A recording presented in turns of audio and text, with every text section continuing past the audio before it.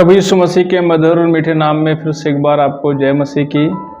मेरे प्यारे मित्रों, भाई और बहनों, आप सबको फिर से एक बार मैं प्रभु यीशु मसीह के मधुर और मीठे नाम में आपका स्वागत करता हूं। आप हमारी इस YouTube चैनल पर हैं और आज हम फिर से एक बार एक महत्वपूर्ण विषय को लेकर आपके समीप में मैं आया हूं। आज का हमारा विषय है, जैसे कि प्रभु यीशु मसीह ने मत्ती रचित सुसमाचार 7 अध्याय उसके 21वें पद में कहा, प्रभु यीशु मसीह ने, कि जो मुझसे हे प्रभु कहता है, उनमें से हर एक स्वर्ग के राज्य में प्रवेश न करेगा, परंतु वही जो मेरे स्वर्गीय पिता की इच्छा पर चलता है। प्रभु यीशु मसीह ने कहा कि जो मेरे स्वर्गीय पिता की इच्छा पे चलने वाला ही स्वर्ग राज में प्रवेश कर पाएगा। मेरे प्रियो, स्वर्ग राज में प्रवेश करने के लिए स्वर्गीय पिता की इच्छा पर चलना अति आवश्यक है। लेकिन एक यहाँ सबसे बड़ा सवाल उठता है कि स्वर्गीय पिता की इच्छा को कौन हमें बताएगा? क्योंकि स्वर्गीय पिता की इच्छा को वही बता सकता है जो उस पिता के साथ स्वर्ग में रहता होगा। और हम पवित्र शास्त्र बाइबल के अनुसार जब हम देखते हैं तो स्वर्ग में केवल स्वर्ग से इस पृथ्वी पर केवल 2 ही लोग हैं जो इस पृथ्वी पर आए हैं, जो परमेश्वर के साथ स्वर्ग में रहते थे।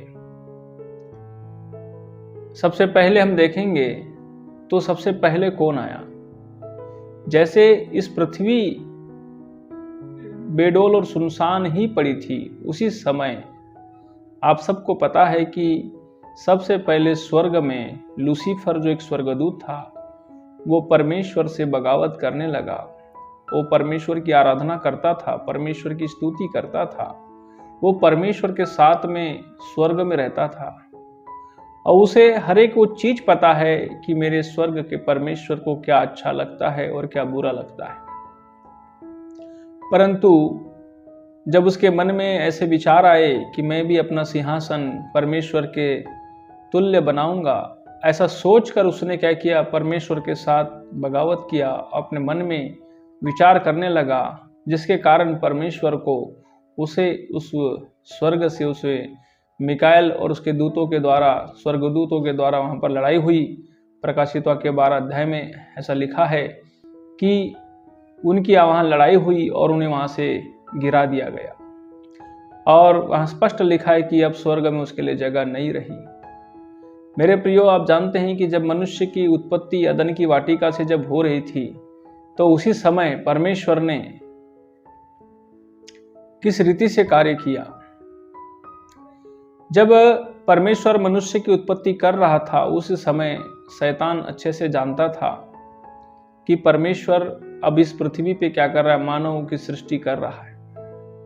और देखो, उस समय स्वर्ग से कोई नहीं आया था, केवल एक ही व्यक्ति, एक ही जो दूत था लूसीफर, जो पृथ्वी पर फेंका गया, जिसके बाद में वो शैतान बना और उसके सारे दूत उसके साथ गिरा दिए गए और वे पृथ्वी भर में पूरी तरह से आत्मा में फैल, आत्मा में थे सब, वो सब पूरी तरह से पृथ्वी पर फैल गए। और परमेश्वर ने फिर मनुष्य जाति की उत्पत्ति की और मनुष्य जाति की उत्पत्ति करने के बाद परमेश्वर ने अदन की वाटिका में उसे रखा। और उसके बाद में आपको सबको पता है कि किस रीति से शैतान वहां पर सांप के माध्यम से उस लूसीफर ने आदम की जो पत्नी हवा है उसको अपने वश में किया।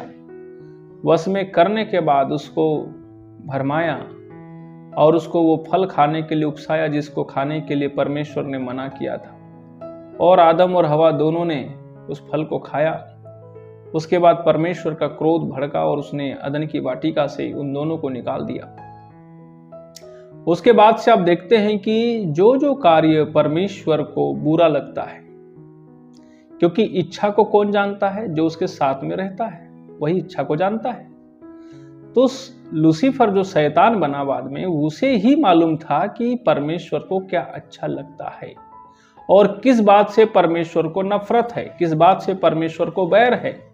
ये शैतान के अलावा दुनिया में उस समय तक 4000 साल तक, जब तक यीशु मसीह धरती पे नहीं आया, तब तक किसी को नहीं मालूम था कि परमेश्वर को स्वर्ग में क्या अच्छा लगता है और क्या बुरा लगता है। केवल ये शैतान को पता था। तो शैतान ने क्या किया, पूरे पृथ्वी भर में जैसे ही मनुष्य जाति की उत्पत्ति पृथ्वी पर और बढ़ने लगी, बढ़ने लगी, तो उसने हर एक व्यक्ति को, किसी को भी शैतान ने नहीं छोड़ा। सभी को उसने क्या किया, परमेश्वर के खिलाफ में भड़काने का, उसकी इच्छा के विरुद्ध में कार्य करने के लिए पूरे दुनिया के लोगों को उसने क्या किया, उकसाया। जैसे कि आप उदाहरण में देखेंगे, स्वर्ग में मूर्ति पूजा नहीं है, शैतान ने पूरे पृथ्वी को मूर्ति पूजा से भर दिया। स्वर्ग में कोई किसी को गाली नहीं देता है, यहाँ आज देखेंगे हर एक के जुबान पे गालियां है। स्वर्ग में कोई लड़ाई नहीं करता है, आज हर एक व्यक्ति संसार की धन संपत्ति, पैसे, रुपये, मान सम्मान, इज्जत, शोहरत, हर चीज के लिए आज मनुष्य लड़ रहा है। ठीक है, उसी तरह स्वर्ग में कोई किसी के साथ बुराई नहीं करता, कोई किसी को मारता नहीं, कोई किसी के साथ छल कपट, ईर्ष्या, जलन, क्रोध, विरोध नहीं करता। मनुष्य आज पूरी तरह से शैतान के पूरे ज्ञान से भर गया है और पृथ्वी पर पूरी तरह से मेरे प्रियो शैतान ने परमेश्वर की इच्छा के विरोध में पूरी तरह से काम करके एक एक व्यक्ति को परमेश्वर के खिलाफ में खड़ा कर दिया है ना। इसी रीति से शैतान ने क्या किया, शैतान को भी अच्छे से मालूम है यदि ये लोग परमेश्वर की इच्छा को जान जाएंगे और ये चलने लगेंगे तो क्या होगा, ये लोग सब वापस स्वर्ग चले जाएंगे।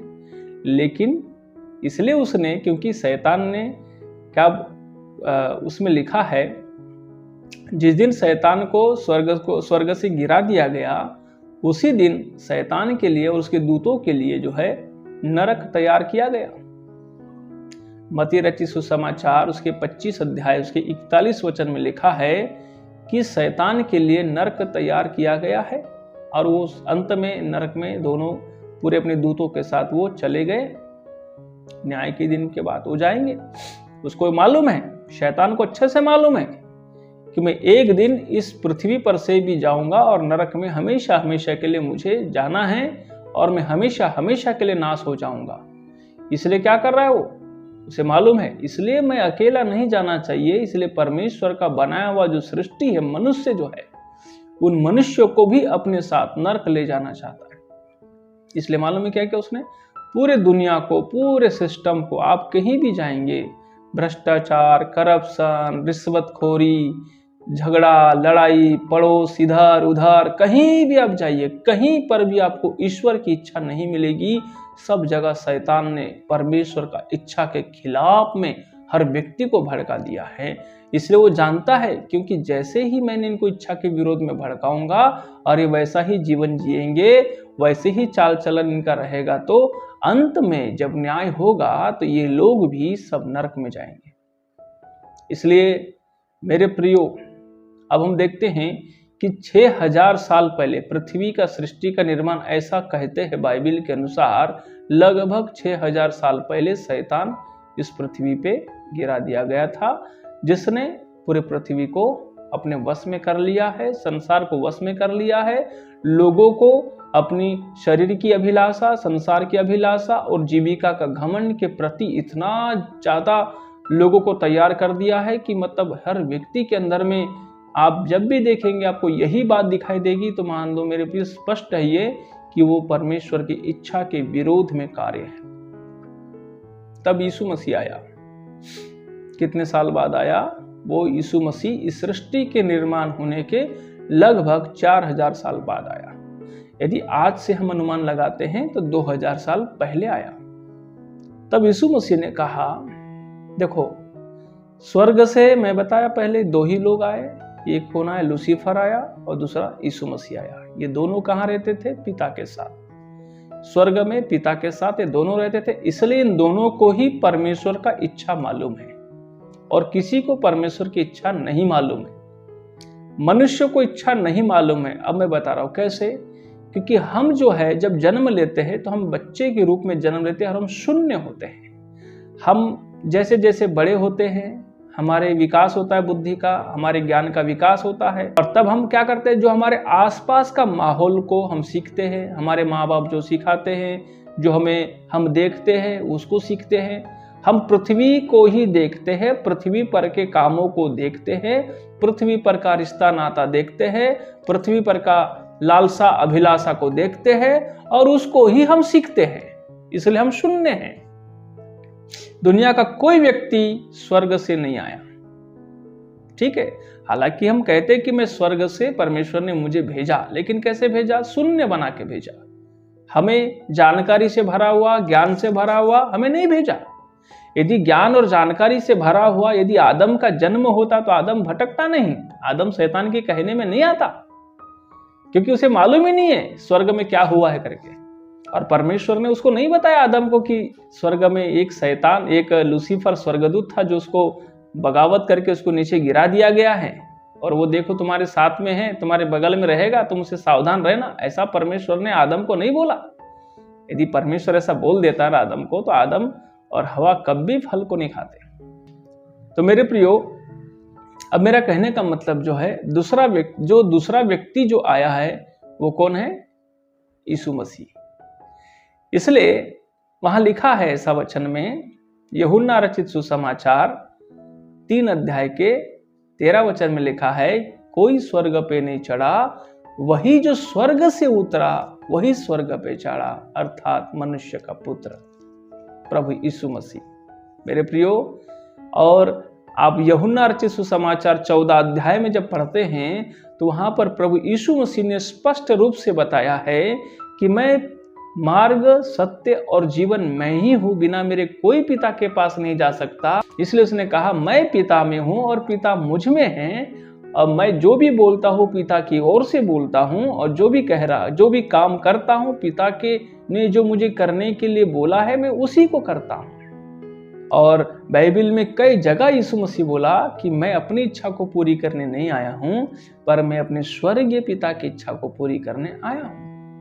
इसलिए मेरे प्रियो, जैसे ही अब इस पृथ्वी पे स्वर्ग के परमेश्वर की इच्छा जानने वाले मात्र 2 ही लोग हैं, एक शैतान है, एक प्रभु यीशु मसीह है। तो प्रभु यीशु मसीह आज से 2000 साल पहले आया और शैतान आज से 6000 साल पहले आया, ठीक है। इसलिए शैतान ने क्या किया? पूरा दुनिया को, रम रम को, कन कन को, एक एक चीज को, एक एक सिस्टम को जो है उसने परमेश्वर की इच्छा का विरोध में भड़का कर रख दिया। अब हमें चाहिए कि मैं प्रभु यीशु मसीह की इच्छा को जानूं, क्योंकि प्रभु यीशु मसीह की इच्छा और परमेश्वर की इच्छा दोनों एक है। अब सही ज्ञान देने के लिए यीशु मसीह को आना पड़ा, सही ज्ञान देने के लिए, सही रीति से परमेश्वर की इच्छा को बताने के लिए परमेश्वर को अपने बेटे को भेजना पड़ा इस पृथ्वी पे। और ये बात को शैतान अच्छे से जानता है। शैतान, जब आप देखेंगे मरकुस रचित सुसमाचार उसके 5 अध्याय में, जब यीशु मसीह से गरसेनी के प्रदेश में जब शैतान, दुष्ट आत्माएं जो ग्रसित लोग जब मुझसे मिलते हैं, तब वो यीशु मसीह से कहते, हे परम प्रधान परमेश्वर के पुत्र, तुझे हमसे क्या काम, तू समय से पहले हमें दुख देने क्यों आ गया है? मतलब शैतान को मालूम है कि ये यीशु मसीह परमेश्वर का पुत्र है, क्योंकि शैतान जब स्वर्ग में था, लूसीफर जब स्वर्गदूत था, उस समय ये यीशु मसीह को पिता की दाहिनी ओर हर समय बैठे देखता था। इसलिए शैतान को मालूम है यीशु मसीह कौन है। इसलिए मेरे प्रियो, प्रेरितों के काम की पुस्तक में भी दुष्टात्मा से ग्रसित व्यक्ति बोलता है, जिसमें दुष्टात्मा थी, बोलता है मैं यीशु को जानती हूँ और पौलुस को पहचानती हूँ। मैंने यीशु मसीह को जानता है वो शैतान अच्छे से कि कौन है करके। इसलिए कई बार आप देखेंगे, बाइबल में पढ़ेंगे आप, जब यीशु मसीह दुष्टात्मा से ग्रसित लोग यीशु मसीह के पास आते थे तो दुष्टात्मा बोलती थी ये परमेश्वर का पुत्र है, बार बार बोलती थी। उन्होंने ही बताया यीशु मसीह के बारे में कि यीशु मसीह परमेश्वर का पुत्र है करके, और कोई तो जानता नहीं था। हम कैसे जानेंगे? हमको तो मालूम ही नहीं है। इसलिए तो शास्त्री, फरीसी, यहूदी यीशु मसीह पर विश्वास नहीं करते थे ना। वो लोग बोलता था यीशु मसीह में परमेश्वर की ओर से हो, लेकिन वो मानते नहीं थे। लेकिन शैतान ने बताया लोगों को कि ये यीशु मसीह परमेश्वर का पुत्र है करके। इसलिए मेरे प्रियो, अब चाहिए हमें कि अब मैं परमेश्वर के इच्छा को पूरी करे बिना मैं स्वर्ग में वापस नहीं जा सकता। यदि स्वर्ग में जाना है तो हमको परमेश्वर का इच्छा को चलना आवश्यक है। अब वो इच्छा ये हमें यीशु मसीह ने बताया। ठीक है, शैतान ने क्या किया, इस धरती के तमाम चीज, संपत्ति, धन से, पैसा, रुपया, तमाम सारी मान सम्मान, इज्जत, शोहरत से हमको बहुत प्यार करा दिया। यीशु मसीह क्या बोला, सबको छोड़ो। ठीक है, यीशु मसीह क्या बोला, यदि तुम्हारा कहीं धोतर के लिए लड़ाई हो रहा है तो कुर्ता दे दो। तुम्हारे एक गाल पे कोई मारता है दूसरा गाल दे दो। तुम्हें कोई चोट पहुंचाता है तो तुम उसको चोट मत पहुंचाओ। तुमसे कोई बदला लेना चाहता है तो तुम उससे बदला मत लो। प्रभु ने कहा कुछ तुमसे कोई छीनता है तो तुम उससे वापस मत लो, दो तो तुम्हें दिया जाएगा। जो भी काम संसार पे जो शैतान ने ईश्वर की इच्छा के विरोध में जो लोगों को तैयार कर दिया है, पूरे सिस्टम को तैयार कर दिया है, जिसके लिए आज हर एक व्यक्ति मेरे प्रियो लड़ रहे हैं, झगड़ रहे हैं, मर रहे हैं, एक दूसरे की बुराई कर रहे हैं, एक दूसरे के साथ घात कर रहे हैं, एक हमला कर रहे हैं, घर के घर में फूट हो रही है, और वो इस संसार को हासिल करके हमें क्या मिलेगा। चलो हमने हासिल कर भी लिया, जैसे प्रभु यीशु मसीह ने कहा यदि मनुष्य सारे जगत को प्राप्त कर भी ले और अंत में अपने प्राण की हानि उठाए तो उसे क्या लाभ होगा। इसलिए मेरे प्रियो, अब हमें सही रीति से प्रभु यीशु मसीह की इच्छा को जानने की आवश्यकता है, क्योंकि प्रभु यीशु मसीह ने जो हमें शिक्षा दी है, जो हमें ज्ञान दिया है, जो हमें बताया है, वो हमें पूरा स्वर्ग का ज्ञान दिया है। उसने सही रीति से हमको बताया कि मेरा स्वर्ग का परमेश्वर कैसा है, स्वर्ग का परमेश्वर का इच्छा कैसा है। ये बात के लिए यीशु मसीह ने हमको स्पष्ट रूप से बताया है। इसलिए मेरे प्रियो, हम बाइबिल को सबसे ज्यादा पढ़े, प्रार्थनाओं को ज्यादा करना सीखे, हम परमेश्वर की कलीसियाओं को बिल्कुल हल्के में ना आके, देखो आप जरा सा भी नजर हटाएंगे इस बाइबिल से, प्रार्थना से और कलीसिया से, संगति से, तो क्या होगा, आप सीधा शैतान आपको संसार पे ले जाएगा। आप टीवी चालू करेंगे, देख लीजिए आप, शैतान पूरे अपने ज्ञान से टीवी को भर दिया है। आप कोई भी सीरियल देखो, कोई फिल्म देख लो, कोई भी चीज को देख लो, आपको ईश्वर का इच्छा का ज्ञान नहीं मिलेगा आपको। आप आज के समय मोबाइल को देख लो, आप मोबाइल के अंदर में इतने सारे दुनियादारी फंक्शन, ये वो चीज क्या क्या नहीं आया, आपको कोई स्वर्ग का ज्ञान नहीं मिलेगा आपको, केवल शैतानी ज्ञान पूरा। और ये सब परमेश्वर की इच्छा के विरुद्ध है। इसलिए मेरे प्रिय, स्वर्ग राज में प्रवेश करना है तो जल्दी से जल्दी अपना जीवन को हम बदल दे और अब अच्छा निर्णय ले, अच्छा ठोस निर्णय ले और यीशु मसीह को पूरी तरह से अपना जीवन समर्पित करे। जो प्रभु ने कहा है उसको बिल्कुल आंख बंद करके माने, बिल्कुल माने। किसी से कोई आपसे बात नहीं करना चाहता, कोई बात नहीं है, आप उससे बात करिए। कोई आपके साथ किसी भी वस्तु को लेकर लड़ाई कर रहा है, आप छोड़ दो उस वस्तु को, आपको स्वर्ग में धन मिलेगा, आप चिंता मत करिए। स्वर्ग राज इस दुनिया का सबसे कीमती राज है। इसलिए परमेश्वर आपको आशीषित करे, इस वचन के द्वारा प्रभु आपसे बातचीत करे और इस वचन को सुनिए, समझिए और अपने और मित्रों में और दोस्तों में और लोगों में इसे ज़्यादा से ज़्यादा शेयर करिए।